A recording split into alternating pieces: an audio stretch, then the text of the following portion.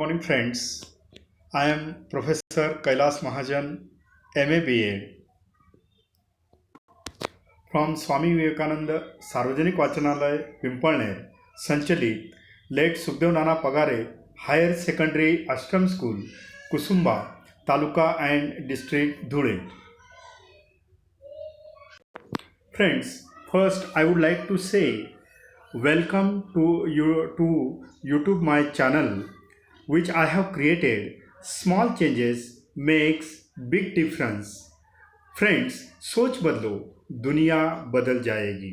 Small changes makes big difference. Friends, today I brought a new topic that is articles. Articles in मराठीमधून आपण त्यांना उपपदे असं म्हणतो. उपपदे इंग्लिशमध्ये कोणकोणते आहेत तर त्याच्यात there are 3 articles in English. They are as follows: a, an and the. हे 3 आर्टिकल्स इंग्लिशमध्ये आहेत. त्यांच्याविषयी आपण आज माहिती बघूया. Friends, these 3 articles are included in the 11th and 12th syllabus in 2020 and 2021 in English grammar, which I am going to explain today to you. Friends, before going to explain this topic, I would like to say to you, please comment my video. If you like this video, comment, please subscribe it. Friends, articles म्हणजे उपपदं.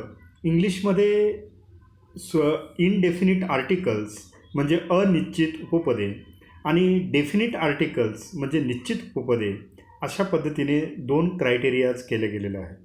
तर indefinite म्हणजे अनिश्चित उपपदांमध्ये ए आणि and हे दोघं अनिश्चित उपपदं आपल्याला आढळतात. आणि निश्चितमध्ये म्हणजे डेफिनिट आर्टिकल्समध्ये द हे आर्टिकल आहे. तर आपण बघूया आर्टिकलचा वापर कसा केला जातो. तर त्याच्याविषयीचे काही नियम आहेत. तर ते नियम आपण बघूया. आर्टिकल्सचा वापर नामापूर्वी केला जातो. नंतर उपपद वापरण्यासाठी सामान्य नाम एकवचनी असावं. नंतर ते सामान्य नाम म्हणजे काउंटेबल मोजता येणारे असावे. नंतर त्याची सुरुवात व्यंजनाने किंवा स्वराने झालेली असावी. स्वर म्हणजे व्हॉवेल, व्यंजन म्हणजे आपण कॉन्सनंट असं इंग्लिशमध्ये म्हणतो. आणि त्याची निश्चित माहिती नसावी. अशा पद्धतीचे नियम इथं आपल्यासमोर दाखवलेले आहेत. ज्या एकवचनी सामान्य नामाच्या उच्चाराची सुरुवात व्यंजन ध्वनीने म्हणजे कॉन्सनंट साऊंडने. बघा, इंग्लिशमध्ये कॉन्सनंट आणि व्हॉवेल असे 2 प्रकारचे साऊंड आहेत. ते मराठीतून आपण त्याला कॉन्सनंट म्हणजे व्यंजन आणि व्हॉवेल म्हणजे स्वर असं म्हणतो. तर इथं व्यंजन ध्वनीने म्हणजे कॉन्सनंट साऊंडने होते अशा सामान्य नामापूर्वी ए वापरावे. उदाहरणार्थ खाली मराठीतून दिलेले आहेत प, ब, ट, ड. तर अशा पद्धतीने आणि ABCDमध्ये जर आपण म्हटलं तर कॉन्सनंट कोणते येतात तर बी, नंतर सी, नंतर डी. हे ABCDतले जे लेटर आहेत तर ते कॉन्सनंट साऊंड आहेत म्हणजे व्यंजन आहेत. बघा, आपल्यासमोर व्यंजनं म्हणजे कॉन्सनंट्सची एक यादी आपल्यासमोर दिलेली आहे. BCDFGH म्हणजे असं याच्यापासून तर झेडपर्यंतचे जे लेटर्स आपल्यासमोर आहेत ते सगळे व्यंजनं आहेत.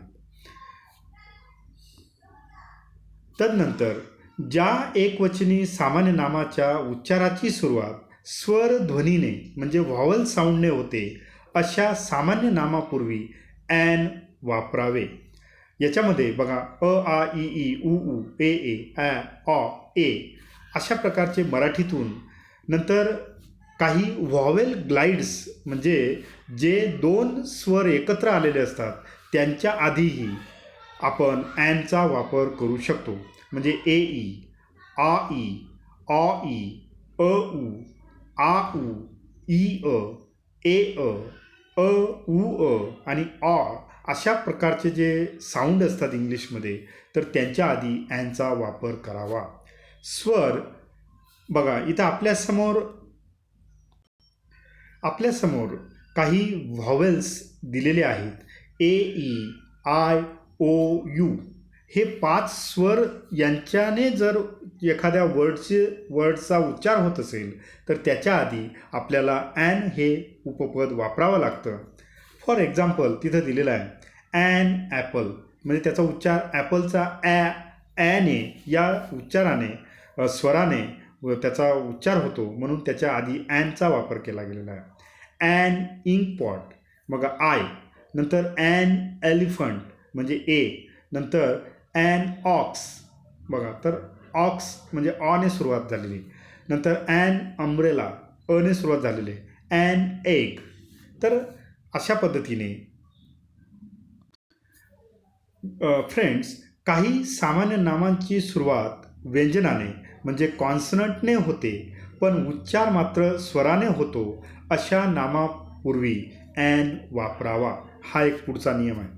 तर उदाहरणार्थ ॲन आवर, आता याचं स्पेलिंग HOUR असं आहे आवर, पण त्याचा उच्चार मात्र अवर असा आहे, म्हणून त्याच्या आधी ॲनचा वापर केला गेलेला आहे. ॲन ऑनेस्ट, बघा त्याचं स्पेलिंग HONEST आहे, ऑनेस्ट पर्सन, परंतु त्याचा उच्चार मात्र ऑनेस्ट पर्सन असा होतो, म्हणून त्याच्या आधी ॲनचा वापर केला गेलेला आहे. तर अशा प्रकारे बघा an honourable man, an MA, MA, an MBBS, an SSC, an HSC, an eighth. तर बघा, तर त्यांचा उच्चार आपल्यासमोर तिथं दिलेला आहे. तर त्यांचा उच्चार येणे होतो, म्हणून त्यांच्या आधी ॲनचा वापर केला गेलेला आहे. फ्रेंड्स, काही सामान्य नामांची सुरुवात स्वराने म्हणजे व्हॉवेल्सने होते, पण उच्चार मात्र व्यंजनाने होतो, अशा एकवचनी सामान्य नामापूर्वी ए वापरावे. म्हणजे जरी त्याचा उच्चार स्वराने होत असेल, परंतु उच्चार मात्र व्यंजनाने होतो. फॉर एक्झाम्पल अ युनियन, बघा आता AEIOU या स्वरामध्ये यू येतो, परंतु त्याचा उच्चार यू होतो, तर अनियन नाही होत, युनियन होतो, म्हणून त्याच्या आधी एचा वापर केला गेलेला आहे. युनिव्हर्सिटी, तर त्याचा उच्चार यूने होतो, म्हणून अ वापरला गेलेला आहे. युरोपियन, बघा EUROPEAN, जरी ते ईने जरी सुरुवात होत असेल आणि तो जरी स्वर असेल, परंतु त्याचा उच्चार मात्र यू होतो, आणि यू हा स्वर म्हणजे नाही आहे, म्हणून अ युरोपियन अशा पद्धतीने यांचा वापर केला जातो. सामान्य नामापूर्वी विशेषण आले तर त्या विशेषणापूर्वी ए किंवा ॲन वापरावे, अशा पद्धतीचा हा नियम आहे. तर Mumbai is a big city, तर बघा बिग सिटी, बी हा कॉन्सनंट साऊंड आहे, तरीसुद्धा त्याच्या आधी एचा वापर केला गेलेला आहे. I draw a beautiful painting, तर अशा पद्धतीने या ब्युटिफुल पेंटिंग हे सामान्य नामापूर्वी विशेषण आलेलं आहे, ब्युटिफुल हा वर्ड, त्याच्या आधी एचा वापर करावा असा नियम आहे. बिग सिटी, सिटी कशी आहे, बिग आहे, म्हणजे ते बिग हे विशेषण आलं. नंतर पेंटिंग कशी आहे, ब्युटिफुल आहे, तर ब्युटिफुल हे विशेषण आलं, ॲडजेक्टिव्ह आलं, म्हणून त्यांच्या आधी ए किंवा ॲनचा वापर करावा असं त्यांनी सांगितलेलं आहे. He saw an enormous building, बघा ॲन इनॉर्मस हे ॲडजेक्टिव्ह आहे, त्याच्या आधी ॲनचा वापर केला गेलेला आहे. संख्येने थोडे तसेच परिणामाने थोडेसे दर्शक शब्दापूर्वी ए वापरावे. म्हणजे संख्येने थोडीशी संख्या असेल, अ फ्यू, अ लिटल, तर अशा पद्धतीने त्याचा एचा वापर करावा असा नियम आहे. काही संख्यावाचक व समूहवाचक शब्दापूर्वी ए वापरावे. उदाहरणार्थ a lot of, a couple of, 1,000, like this, a quarter, a token of, a number of, etc. मोजता येणाऱ्या वस्तूंच्या संदर्भात जर सच या शब्दाचा उपयोग केला असेल तर सच अ किंवा ॲन वापरावे. म्हणजे such a nice college, such an aeroplane, such a beautiful scenery, like this. So नंतर म्हणजे सो या शब्दानंतर विशेषण आल्यास विशेषण व नाम यांच्यामध्ये अ किंवा ॲन वापरावे. I have never known so hot summer. I have never seen so lazy a boy. I have won so handsome a prize. बघा, त्या नियमानुसार सो आणि ए किंवा ॲनचा वापर बरोबर तिथं केलेला गेलेला आहे.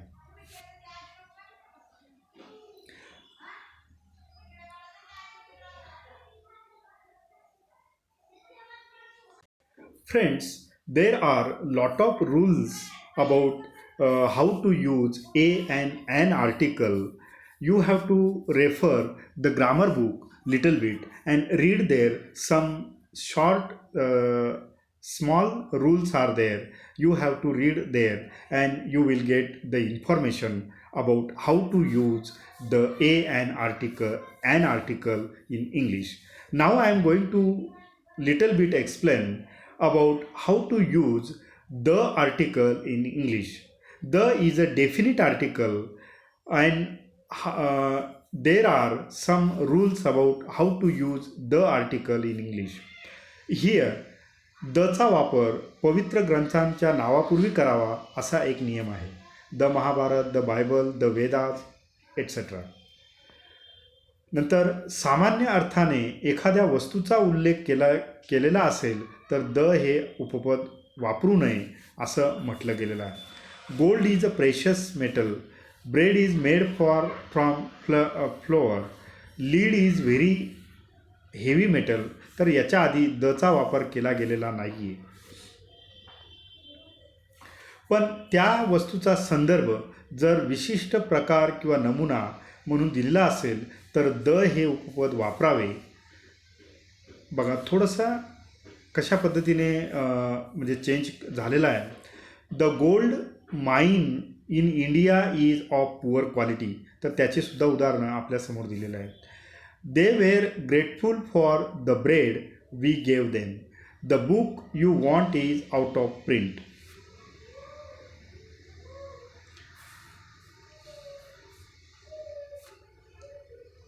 दचा वापर वेगवेगळ्या पद्धतीने कसा वापरलेला आहे तर पुढचा रूल आहे. वस्तू अगर प्राणी यांच्या वर्गाचा किंवा गटाचा उल्लेख असेल तर द हे उपपद वापरावे. The cow is useful. The dog is an honest animal. तर अशा पद्धतीने बघा माणूस व स्त्री या दोन सामान्य नामापूर्वी द वापरू नये. बाकीचे जर इतर प्राणी वगैरे असतील तर त्यांच्या आधी दचा वापर करावा. अजून एक नियम आहे.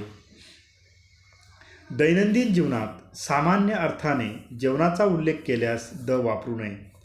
तर breakfast should be taken at 8 AM. When do you have your dinner. परंतु जेवणाचा उल्लेख विशिष्ट अर्थाने केला असल्यास द वापरावे. The dinner will be given at the Taj Mahal. म्हणजे ताजमहलमध्ये स्पेसिफिक अर्थाने वापरला गेलेला आहे म्हणून त्याच्या आधी द वापरला आहे. नंतर सामान्य अर्थाने वापरलेल्या अनेक वचनी सामान्य नामापूर्वी द वापरू नये. We should eat apples. Books are our friends, like this. नदी, महासागर, पर्वत, वाळवंट, बेटांचा समुदाय इत्यादींच्या नामापूर्वी दचा वापर करावा. The Himalaya, the Persian Gulf, the Sahara desert, the Arabian Sea, the Ganges, like this. एकाच देशातील सर्व लोक असा उल्लेख केला असल्यास the French, the Indians, the Germans, the Americans, the Canadians, like this. नंतर जहाजाच्या, रेल्वेच्या प्रसिद्ध वास्तू, इमारती इत्यादींच्या नामापूर्वी the Deccan Queen, the Kolhapur Express, the Titanic, the Taj Mahal, the Gateway of India, like this. याचा अर्थ असा होतो की दचा वापर करताना एक गोष्ट नेहमी लक्षात ठेवा. जगातली एक आणि एकमेव वस्तू, प्राणी, पशु, पक्षी असेल तर त्याच्या आधी आणि त्या वर्डची सुरुवात जर कॉन्सनंट साऊंडने होत असेल तर त्याच्या आधी दचा वापर करावा असा आपल्याला इथं नियम आढळतो. म्हणजे द वापरताना ही काळजी घ्यावी. तर इथं आपल्याला दिलेलं आहे, एकाच कुटुंबातील सर्व कुटुंबीय असा उल्लेख करायचा असल्यास the Kulkarnis, the Nehrus, the Gandhis, the Patils, the Modis, like this. म्हणजे जगातील एकमेव अशा नामापूर्वी दचा वापर करावा. The sun, the moon, the earth, the Jupiter, the Saturn, like this. नंतर क्रमवाचक संख्येपूर्वी दचा वापर करावा. The third line, the second boy, the 10th जानेवारी. म्हणजे क्रमवाचक, क्रम आपल्याला इथं आढळतो. म्युझिकल इन्स्ट्रुमेंट्स जर असतील तर त्यांच्या आधीसुद्धा दचा वापर करावा. The harp, the organ, the guitar, the piano, the saxophone, like this. देशांच्या नावापूर्वी द वापरू नये, पण तो देश स्वतंत्र अशा घटक राज्यांचा बनला असेल तर त्यापूर्वी द वापरावे. बघा इथं महत्त्वाचा नियम आहे हा द आर्टिकलच्या वापराविषयी. The US, the UK, the USSR, the UAE, तर अशा पद्धतीने दचा वापर करावा. नंतर दिशांच्या नावापूर्वी दचा वापर करावा. The north, the east, the west, the south, like this. महत्त्वाच्या घटनांच्या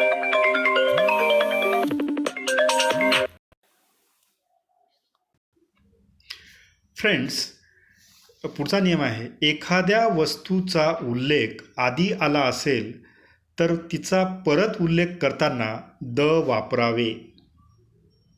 तर अशा पद्धतीचा महत्त्वाचा नियम आहे हा. बघा, आय मेट अ गार्डनर, म्हणजे मी गार्डनरला भेटलो. पुन्हा the gardener was sleeping in the garden. पुन्हा गार्डनरचा उल्लेख आलेला आहे म्हणून त्याच्या आधी दचा वापर केला गेलेला आहे. तर अशा पद्धतीने दचा वापर करावा लागतो.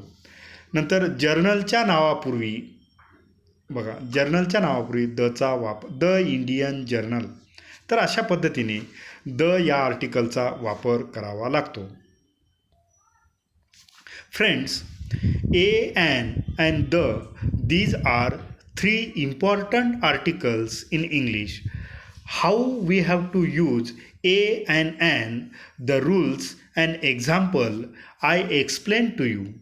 The example and rules of about the article used in English also I explained to you. So keep in mind these small rules in English and try to understand how to use a, an, and the articles in English.